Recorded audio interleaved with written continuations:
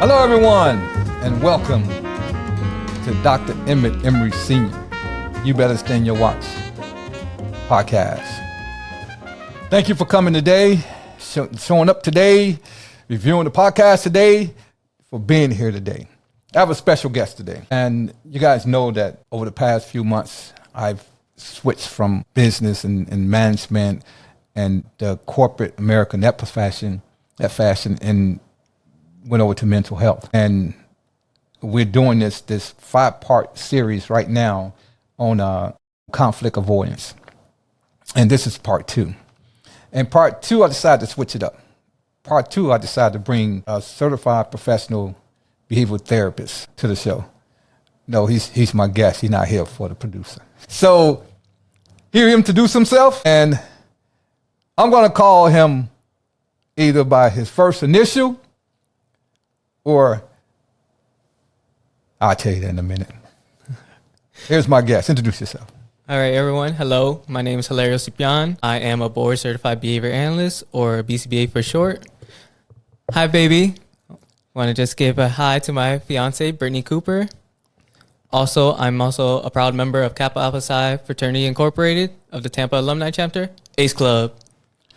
I'm glad he identified who that hi baby was he was waving at. He just said hi baby. When he come home, she's like, who's your baby you was waving at? The only one. So we're going to get into this podcast. Can you explain to my audience what a BCBA is?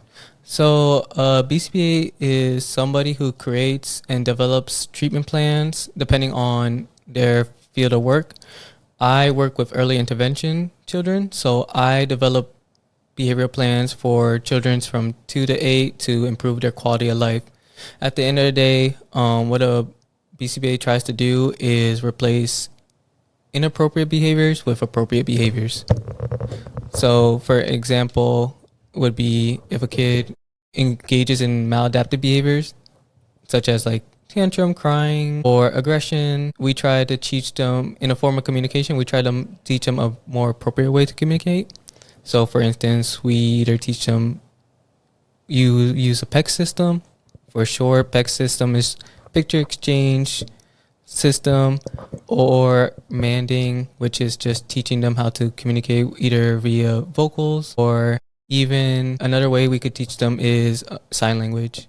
What's the age group? So 2 to 8 is my age group, but ABA and a BCBA can work with multiple people in multiple fields. It doesn't just have to be early intervention. What does ABA initially stand for? ABA stands for Applied Behavior Analysis.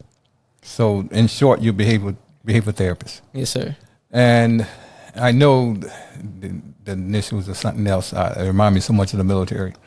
Yes, that's the field that I am in going to school in. And right now I'm an RBT. I'm going to let him tell you what RBT is in a minute. And I'm just trying to be like him. I finished class in December towards the BCBA, but I'm going to do a little bit different. He's going to children intervention. I'm going to PTSD area. He can do that too. His career, his BCBA covers all that. And to go back, an RBT stands for a registered behavioral technician or therapist, depending on how you want to be presented yourself. Okay. So I got a preference on how I want to be presented, huh? Yes, sir, you do. Some people like therapist, some people like technician. Whatever rolls off the tongue. Whatever rolls off my tongue. Sometimes I got to watch that tongue. Remember I did the podcast about that tongue. Ooh, 'cause what you roll off that tongue can't come back. It's not like a boomerang. You say something to somebody and disrespectful and all of a sudden come back and whoop. No, that's like a gong. All right. In applied behavior analysis, ABA, as he said, setting, changing the subject when disagreement arises is considered an avoidance tactic and is unethical. Professionals are ethically obligated to address conflicts and disagreements through transparent communication, collaboration, and data-driven solutions. Ignoring or avoiding conflicts can harm the therapeutic relationship and undermine treatment goals. To you, Ace Club, instead of deflecting, how would you, a BCBA, ABA professional, navigate disagreements effectively? So First off is being as transparent as possible with the parent, due to the fact that, we can't do our job without the parent. So especially in my field with early intervention, if we're doing everything at the center, but the parent is not doing everything at home, then the kid would never learn, because they know I could get away with something here, but I can't get away with over here, and they're never going to learn. What we like to call that is variable reinforcement. So it's like a slot machine. You're never going to stop swiping the slot machine, because there is always a chance of you hitting the jackpot. True. So same thing with kids. I'm still going to engage in all my maladaptive behaviors if it's working in one spot than the other. So that's why we have to really have the conversation with parents and let them know, like, hey, is there a reason why we can't do this? Is there a barrier going on here? And figuring out that barrier to help us achieve what, at the end of the day, the goal for their child. So if their child the goal is to communicate, all right, what's having a struggle with communications, and figuring out where that disagreement is. We have to be as transparent as possible, because, like you said, if we don't build that rapport, then how can we move forward with therapy and practice? If there's no rapport being built, we can't move forward. And that's why in the ethics talks about that as well, as I can't state which exactly from verbatim, but like there is a certain part in the ethic code as a BCBA where if parents are not following your treatment plan and stuff like that, you can terminate services, but that's the last resort. We want to try to hit the barriers and communicate first before we even think about terminating services. Now that is more towards, it's three different settings. You have school settings, you have clinical settings, and you have home setting. Yes, sir. So what you're communicating now, does it fall on one, two, or all three? It could fall in all, except for school. School is a little bit different. There's no parents in school, and we do work with the teachers, but in most schools, the teacher also deals with a lot more children than just my client per se. So for the expectation for the teacher to follow my treatment plan to the T is very unlikely unless the child is granted a one-on-one services through another company, insurance as such. But it's more in-home in the clinic where that definitely takes place a little bit more due to the fact that those are the people that are around the child one-on-one majority of the time and are able to implement the treatment plan. Besides the teacher, because like I mentioned before, a teacher has to deal with several other kids. What's the class ratio? So it depends. Because I know usually in Florida, they tend to put kiddos, even if they're on the spectrum, in gen ed classes first before putting them in the special needs. What state we're in now? Florida. Why are you saying Florida? Where you from originally? Originally, I was born in New Jersey. Okay, now you're in Florida. Yeah, I am. Yeah, you're right. All right, what you saying? So it all depends. Because if the kiddo does go into a gen ed classroom, that gen ed classroom can range from... What that means, gen ed? Gen ed, general education classroom. General education, okay. So the ratio, from what I remember or seen, can be 20 to 25 kids. That's a lot. It is a lot. So, especially because majority of those kids might not be dealing with maladaptive behaviors and can follow simple instructions, simple rules. We're doing different issues. Yep. So, are we talking private or public?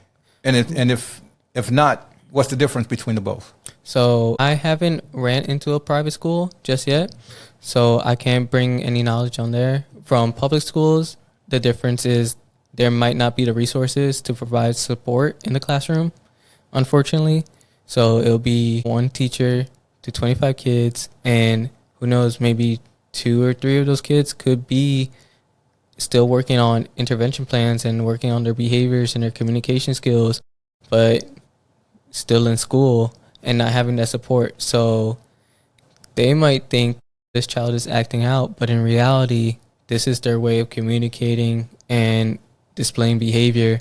So they don't know what's really right and wrong. They're like, this is how I get my attention. I just do this and I get my attention and everything's cool. Everything's Nice and dandy. But some kids don't even get that attention. From my research, I said my research is an RBT. I remember I'm still a doctor, and I got an extensive research background from that, so I still got a habit of doing research, especially these classes I'm taking.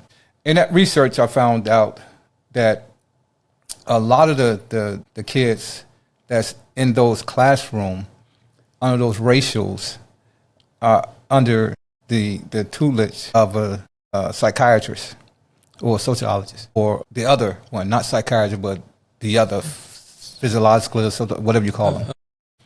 Psychologists. A lot of the kids are not being treated for the behavior side. And I've noticed through the research that that's a big shortage for behavior therapy. And it's the behavior side that the BCBA is treating that's helping the kids. Yes. So often in the past, a lot of the diagnosis and treatment was done from the psychological part, the psychologist, and they was missing the behavior side. And I've noticed that working in the field and talking to some BCBAs, that by addressing the behavior side, you also get to see some of the characteristics of joy, happiness, understanding, communication that you wouldn't see if you're looking from a psychology side. Oh, for sure. There's always, and you're gonna learn this with all the information you're studying right now, there's always 4 functions for every behavior that you could tie it back to. Mm-hmm. So, and not just children on the spectrum, anything you do is tied usually to these 4 functions of behaviors. So you have attention, sensory/automatic, access or tangibles, and escape/avoidance. So a lot of our children's behaviors can go back and be placed in one of these categories or multiple categories. Like if a kid doesn't want to do something, it's escape. If they want to grab something, it's access. If they want to you have seen it or heard kids, what they like to do is called stemming, where they make certain sounds or hand flapping and stuff like that. That's their way of like self-regulating themselves. So it's kind of like what I'm doing right now. I am twisting my chair back and forth, side to side. This is my version of stemming. Some people is tapping their foot, tapping a finger. Everybody, has a form of stemming, but there's always a time and place, and that's what we work on. Yes. So, I always encourage my kiddos, it's okay to stem. I'm not telling you can't stem. There's always just a time and place when to stem and when not to stem. Why is there a difference in ratio between the amount of male versus female in the field? Okay, so I know in this field, it could be due to, I know a lot of men, when it comes to mental health, growing up, mental health is a hard topic for a lot of men, in general. So going in the field for mental health might not be the route they want to do in the first place. A lot of men don't major in psychology as well. They don't take that route. They take more the engineering route or the marketing business route. A lot of men tend to struggle with dealing with mental health. And I don't know if it's maybe a fear and an avoidance, as we're talking about. Or could it just be the lack of knowledge? It could be. See, because I never knew about the behavior therapy part because they kept talking about psychology and social worker when I was in college. And my family has master's or doctorate degree in the field of social work or psychology. And I brought up BCBA. And they said, yes, it was always been there, but no one really tapped into it because they didn't really understand how to treat the behavior side of an individual, the therapy for behavior. And now I think I'm going to tell you the reason why I came over to BCBA. I came over because I have PTSD and from the military perspective, and I was getting treatment from people outside the military. Well, if you have not been in the military and understand my living situation, my movement, the activity of a military personnel, it doesn't matter what branch of service it is. I mean, Army, Navy, Marine, this one's going to hurt my tongue. Or Coast Guard. I got it out. Woo! Then you can't relate to that. Yeah. So I want to help out the individuals whose veterans and who's still active duty. Also, my research, I found out, I'm still researching, that women has categories of PTSD, so do kids. And that one of the things I found out from women is that they was misdiagnosed with the PTSD from the postpartum syndrome. So they probably had postpartum, and then it ventured over into PTSD, and they're still being treated as postpartum. And that was throwing a lot of them off from some of the people I talked to. So that's just me, just stroking my back right now. Next question. Why changing the subject is harmful? Instead of addressing the problem, changing the subject can lead to several negative outcomes. Please explain what they are and why not change the subject from the statement I give you. I'm going to give you some words, some phrases, and then you tell me why you should not change the subject, because it can lead to negative outcomes. Erosion of trust. So, erosion of trust. So, if we keep on changing the subject, like let's say, for example, a parent comes to me and saying, this is happening at home, or vice versa. I'm saying, well, this is happening in the clinic. We don't see this, and they're seeing something at home. And now it's like, okay, in my head, I'm like, somebody could be like, are you working on the treatment plan? Are you doing the treatment plan? Is somebody not doing the treatment plan? And now doubt starts to spiral either in their mind or in my mind. And it's like, okay, now I have to really think about it. Like, okay, what's going on? What's the difference? Find the puzzle pieces. If I never tackle that situation, I'm never going to be able to find the puzzle piece for that solution to that problem. If I keep on avoiding or changing the subject, we're never going to find that solution. The trust is going to deteriorate. And who knows, maybe that parent might not want to work with me as a BCBA anymore due to that trust being deteriorating. I have heard from many BCBAs how hard it is to build trust when that trust is broken. And it's like what I mentioned earlier in the podcast, you really need that parent buy-in for any of this to move forward, especially in early intervention. The amount of people that touch that child's life, if we're all doing the same thing, the results will definitely come a lot faster and quicker. Every kid is different though, but consistency pays off eventually at the end of the day. Yes.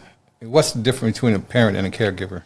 Okay, so a parent is, a parent is somebody who biologically had a child, but a caregiver can be anybody that takes care of the child and is involved heavily in that child's life. So some caregivers can be an aunt, an uncle, a grandparent, a friend, a family friend, a cousin. They're not technically the parent, but they can provide care and give care to the child.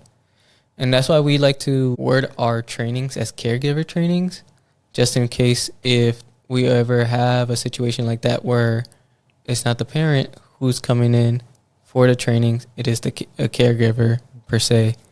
So that's why we rationalize caregiver training. That way it doesn't discriminate anybody who's providing care to the child. How important is safety? Very important. So one big behavior that deals with a lot of safety issues with children on the spectrum is elopement. So elopement is them dashing off without any regards to safety or concern. So let's say, for example, your kid is walking. You're just walking across the street. They see something across the street and that they want, they will rush and elope to the other side of the street. No care for the cars, no anything. That could lead to dangerous situations. I had a dog that did that. So that dog was eloping, or that sucker just running off? Yeah, that dog was eloping. It was an eloper. And, an elopement is a hard skill to work in the clinic just because, in the clinic setting, it's more structured, it's more controlled. We're inside compared to the community where, there's more variables and outside elements. In the clinic, it's like, okay, you have multiple people that can prevent the elopement from stopping. You also have multiple people to provide blockage, so response blocking. But in the community, you might be on your own. Your kiddo sees something and it's Now you're chasing them. And the hardest part of elopement sometimes is if the kids are doing it for attention. So they think it's a game. So they're thinking you chasing them is super hilarious and super funny. So that's where in the clinic we had to work on it a different way to make it seem like, oh, unless I ask to be chased, I'm not going to be chased. But you know how that could be so different in the community because it's like, well, I don't have anybody to support me out there in the community to block my kid and not allow me to chase him. If I don't chase him, I go from 1 block and he could be down 5 blocks. What does the word generalization mean? So generalization means it can transfer over time, over people, over settings.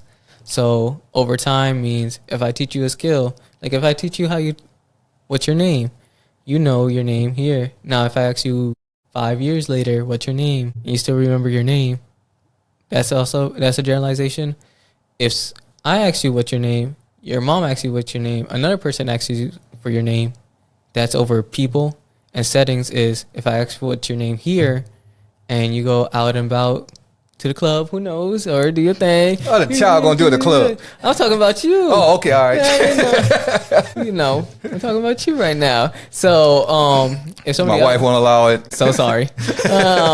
If they ask you what's your name, you're able to provide your name. So it's just generalization is you learn the skill over time, setting, and people. So, and that's why it's such a build on for the kids, because if the kid is only able to listen to me, but they're not listening to their RBTs or to their parents, this skill is not generalized. So if they're able to stop when I say stop, but they don't stop when the RBT says stop, or when the parents say stop, that skill's not generalized. If they're able to stop in the clinic, but not able to stop in the community, that skill's not generalized. So it's situations like that. But that's where we can offer community parent trainings or caregiver trainings in the community and work on those stuff in the community so they have that support there, and we really like tackle that situation right there. That's what we want to work on. All right, let's go to a park. Boom, boom, boom. Do a quick caregiver training. Let's work on stop in the park and build up that what we like to call stimulus control. So stimulus control is what I mentioned before. I should be able to stay stop. You should be able to stay stop, and that kiddo should stop. The stop is the stimulus, and the kid should be able to stop no matter who says that stimulus. So, for instance, if I have the control, what I'm going to probably do is say stop a couple times, boom, boom, boom, and then I'll have the caregiver say stop next. And then I'll start fading myself back and have the caregiver start saying the stop more often. That way I'm fading myself, and it's starting to be the stimulus control for the parent. What do you mean by fading yourself back? So when I fade myself back is I am no longer saying stop. I am not providing any reinforcement. And the reinforcement here would be behavioral specific praise to the child. Mm-hmm. That's good job stopping. Awesome job stopping. Good job listening. Good job stopping. Any example of that. So I'll let the caregiver provide that behavioral specific praise and showing them like, oh, when I stop, I get all this attention. I get these tickles sometimes. If a kiddo loves tickles, I get rewarded for stopping, making stopping a thing they want to do. Fun thing. Next is increased conflict. Okay, increased conflict. So why not to avoid the negative outcomes? So increased conflict. For instance, let's say a situation where like trying to think, this is where the brain starts racking. So if there's an increase of conflict and it doesn't get resolved and we're changing the subject, that's another thing where we're burning a bridge at this point. If I can't fix this increased conflict, if we don't tackle this increased conflict, it's just going to keep on building and building and building, and we're never going to get it resolved. So for a situation would be like, I'm trying to think. I'll say, for instance, if a parent comes to me about a certain situation and it hasn't been resolved at all, and now as a parent we're upset. I asked you to work on this. This is not being worked on. This is happening. Why is this not being worked on? If I, as a who set the time limit for the resolution? That we are caretaker to the parent, but as I always tell parents, you cannot put any time limit on any of these behaviors because every child's different. Ideally, doesn't everybody want it quick and smooth? Of course.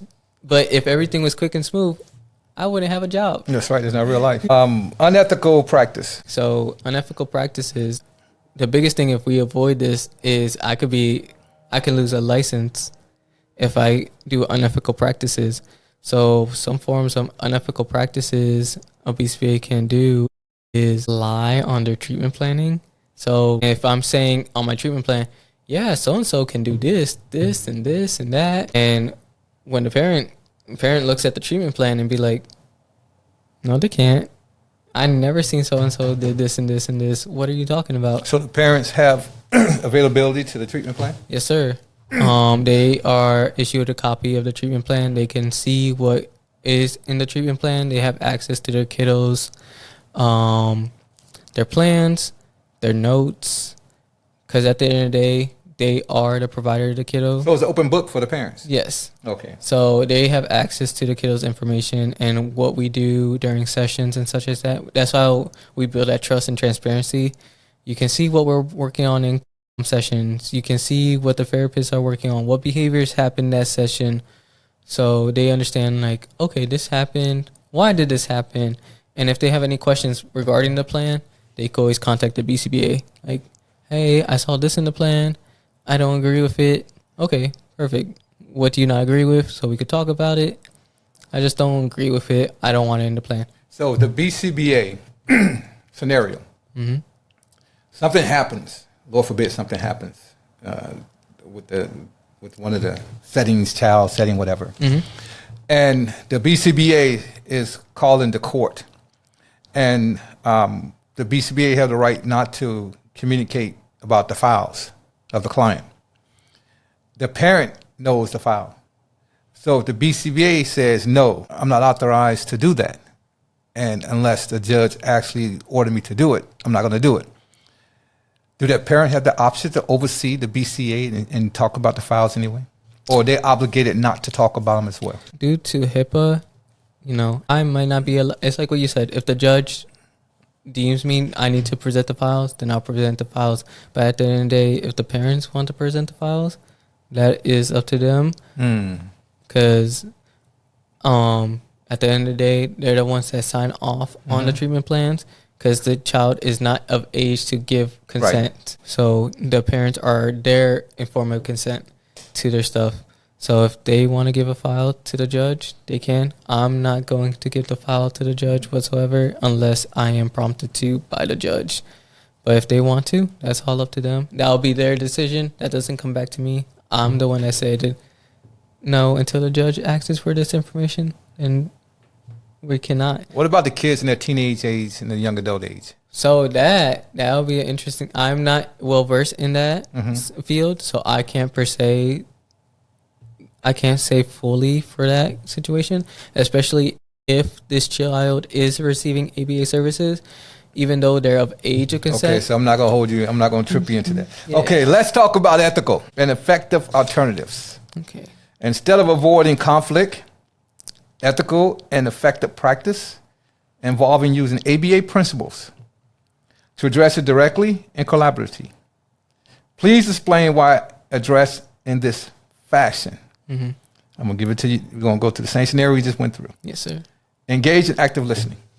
Okay, so active listening, parents want to be heard. Parents want their suggestions to be heard. So if you're an active listener, it promotes a better relationship because you're getting that buy-in from that parent being an active listener and relating to them. Okay, what's the issue? What do you want to see grow? What do you want the outcome of therapy to be?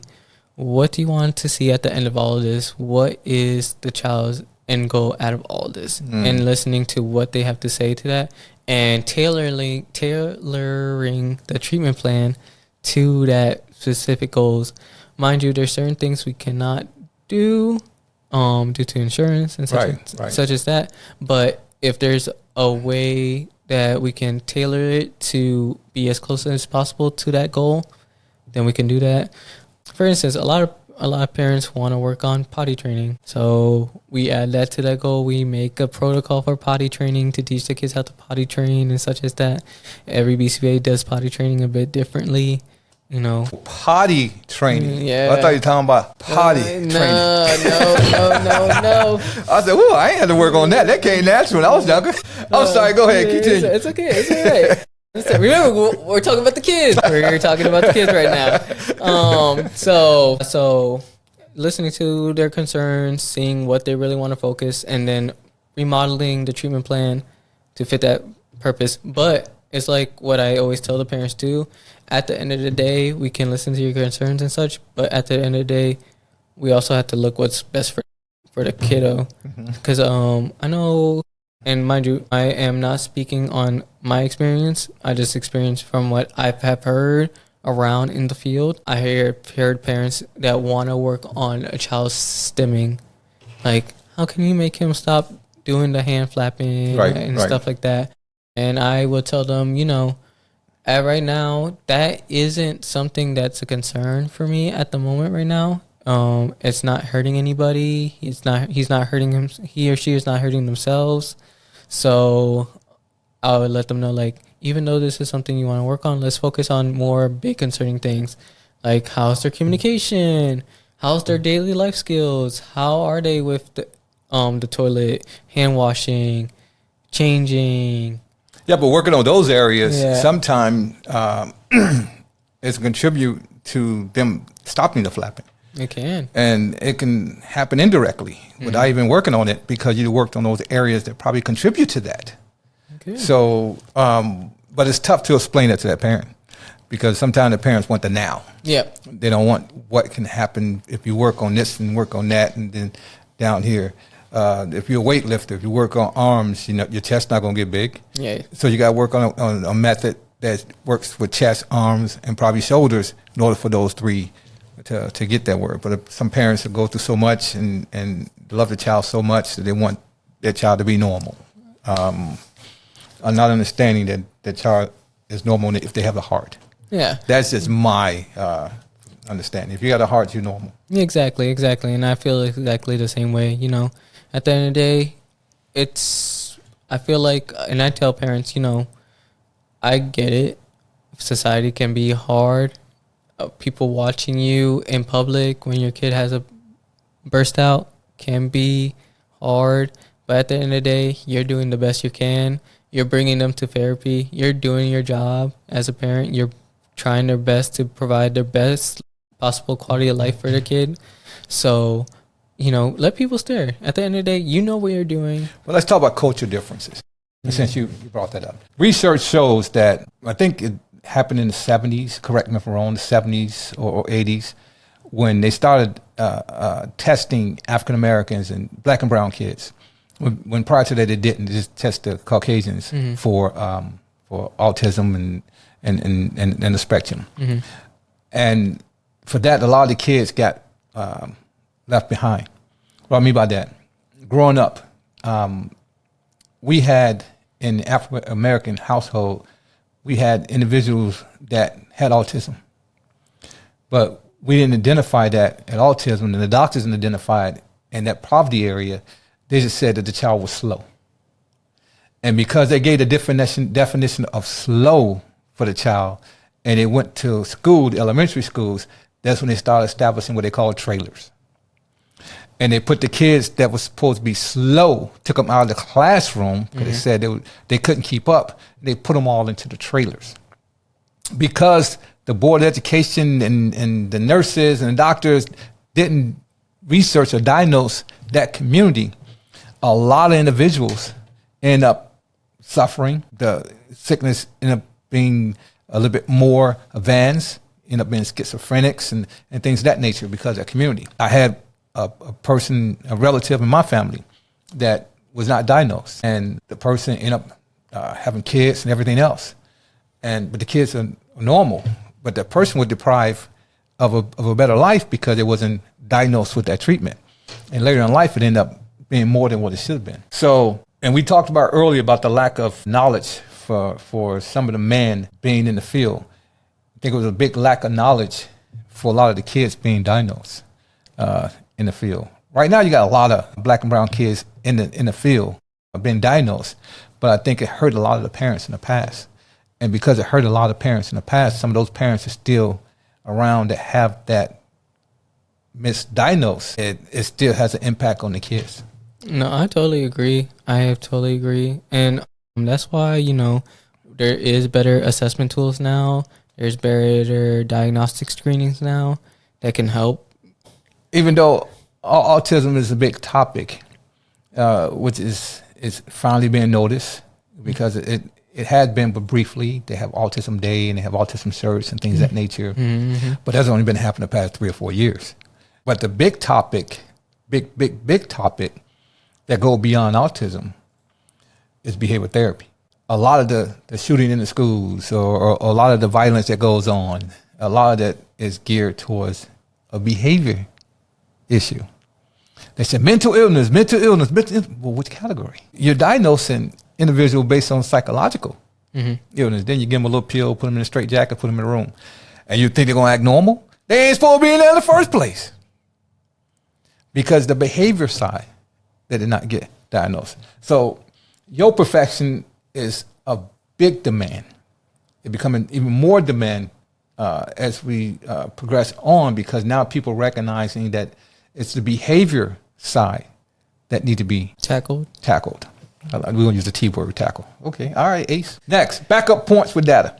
Okay, so it's important. So we use certain software to collect our data. That data is plugged in. There's graphs for that data, and it can show if a skill is ascending, descending, staying stagnant at a steady level, and we're able to present that data with the parents.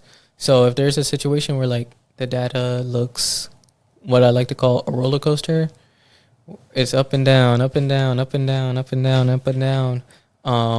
There's what we like to call is that data has a high variability. There's something causing the difference. And it could be for a behavior.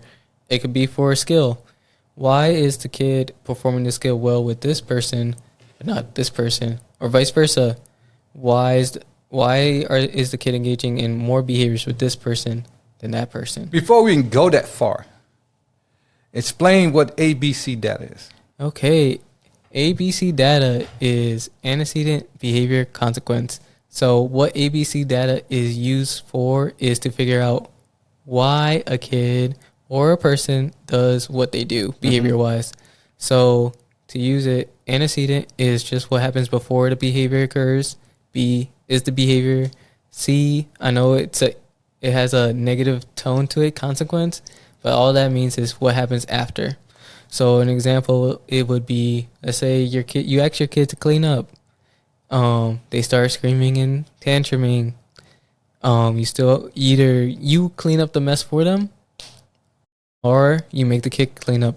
Two different consequences.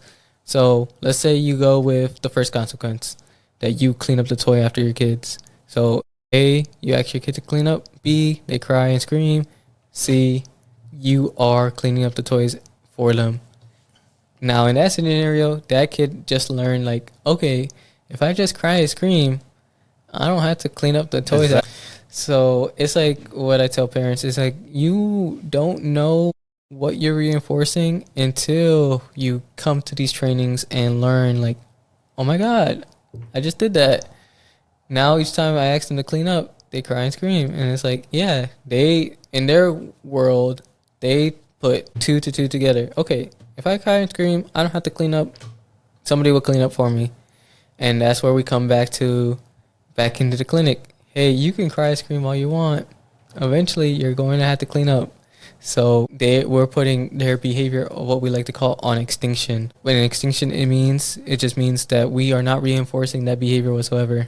So if they're crying and screaming to not clean up their toys, we're just going to wait them out, wait until they're calm, prevent the demand again. Hey, let's clean up our toys. And once they clean up their toys calmly, independently, we provide that reinforcement. Good job cleaning up your toys. Awesome job. That's cleaning up. And behavioral specific. Is there a time limit on the wait? At the clinic, no. And that's another thing that's different in the clinic and the home. Mm-hmm. There is no time limit. I rather the RBT wait out the kid until they're calm than us reinforcing the behavior and they getting to escape the demand eventually. Who is us? So us is the RBT, the BCBA, other individuals who work with the client. So I rather us wait it out and have the kid follow through with the demand than the kid escaping from the demand.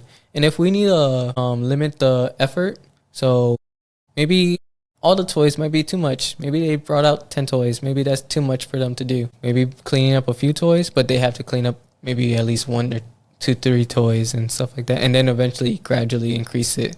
All right, we got down to 3 toys. Now let's clean up 5 toys. Now let's clean up all the toys and go from there. So it all depends on the kid, depends on where their effort is. So at the end of the day, we are reinforcing them finishing the demand. Even if it's minimized, the effort, we're still reinforcing them completing the appropriate behavior we want to see, which is cleaning up after I tell you to clean up. But that's where we go back. We're like, in the home, it's hard for a parent to wait out the kid because they might need to go. We need to go now. I can't just wait for you to clean up your toys. I need to go now. So in that situation, it becomes a little bit difficult because, all right, we're waiting it over here, but you're not waiting at home. And then it's back to the variable reinforcement. Well, it might not work here, but it works at home. So I'm going to still do it because if it's working at home, who knows? It might work here again. And it's like, okay, friend, I hear you. I hear you're thinking. You're super smart. I get it. You think it works here? It's going to work at other places? Unfortunately, not right now. So what I always tell the parents is be proactive. If you know you're going to make the kid clean up soon, either jump in with them. Hey, let's clean up. Make it fun. You know, make it a game. Make it a race. All right, we're going to clean up. Or let them know what we like to call advanced warnings. Hey, in 2 minutes, we're going to clean up. That way the kid's not thrown off, like, what's going on? Why do I have to clean up now? And let them know what they're going to do after cleaning up. Hey, in 2 minutes, we're going to clean up, and then we're going to go here. That way they're aware of what's going on, what's the next situation happening. Because a lot of kids, what they get upset for is that sudden change of routine. Right. So when that sudden change of routine takes over, for us, you know, we don't see an issue with them, with that. But for them, it could cause some angst. Mind you, I'm not in their bodies. I'm just going based on, like, what I learned, what I seen. You know, sometimes a sudden change of routine can be kind of anxious for them, kind of unpleasant for them. So if they're not aware of what's happening, they will engage in their maladaptive behaviors to cope with that, for instance. So like the crying and screaming, or another version of when it comes to sudden changes, they might get aggressive. You know, if I hit you, you leave me alone. So I'm going to keep on hitting you till you leave me alone. And that's where we come in and teach them of replacement behavior. You know, instead of hitting them to be left alone, asking for space, even asking for more time, you know, with the toys or items before cleaning up. You know, teaching them more appropriate ways to communicate, then engaging in behavior first. So situations like that. That's not too much different than pretty much the corporate America business setting when you're dealing with change. Because when you're dealing with change in the corporate world, you know, I retired from there after 34 years. The same type of behavior is from your employee. That's for the ones that don't accept change. So they can deal in that environment, but not understand the other environment.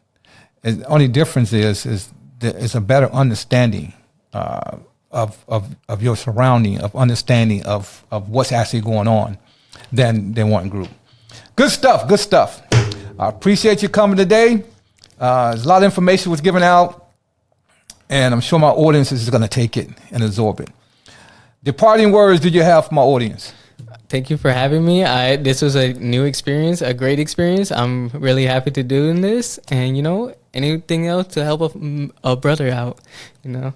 So at the end of the day, I appreciate this time. I appreciate bringing out this knowledge. I wanted to, as you said, ABA, behavioral therapist, autism is all in the uprise. So I really want, this is like a big step on like bring that awareness out. So I really appreciate you. Good. Now, from my heart, I ask that my viewers, my subscribers, subscribe to me. Haven't done that in a while, but I did it then, didn't I? Until we meet again, God bless and goodbye.